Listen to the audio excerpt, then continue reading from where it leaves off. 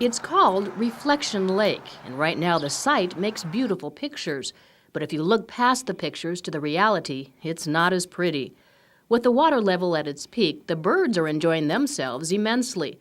But you can't say the same about the folks living there. All this wet stuff's caused problems for them. Fortunately, little water has run inside the trailers, but has flowed all over backyards and docks. I've just seen it on the patios in their backyards right now. It's going out pretty good, but there's more coming in than it's going out because they're pumping up the street. Before the rain started, Reflection Lake was emptied and maintenance was taking place. But it's no longer empty.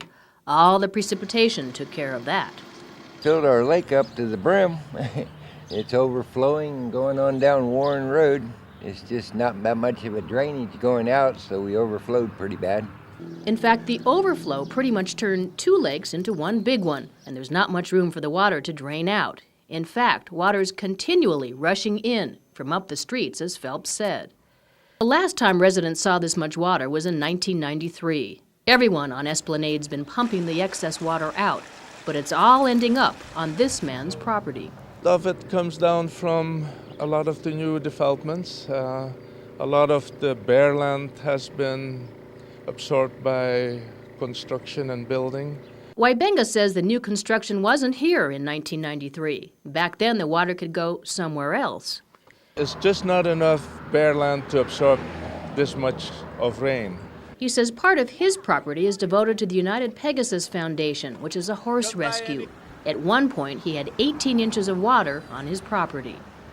Capacity of this ditch is minimal compared to the water coming down on Esplanade from Coston, from Sanderson, from Esplanade itself, and we just can't hold it. I mean, I've got 4 pumps trying to keep water, from totally inundating us. Waibenga's running 4 small pumps on his property to get rid of the water. Stony Mountain Ranch next door and all the other properties along Esplanade are doing the same.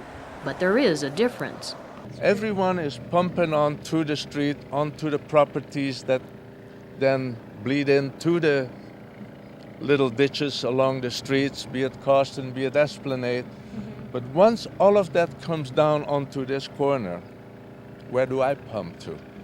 And Waibenga says Hemet officials can't answer that and can't help him. He says his electric gates don't work anymore, his driveway's underwater, and the horses he tends are going to need vet attention because of all the water. San Jacinto is across the street, and that city can't help him either.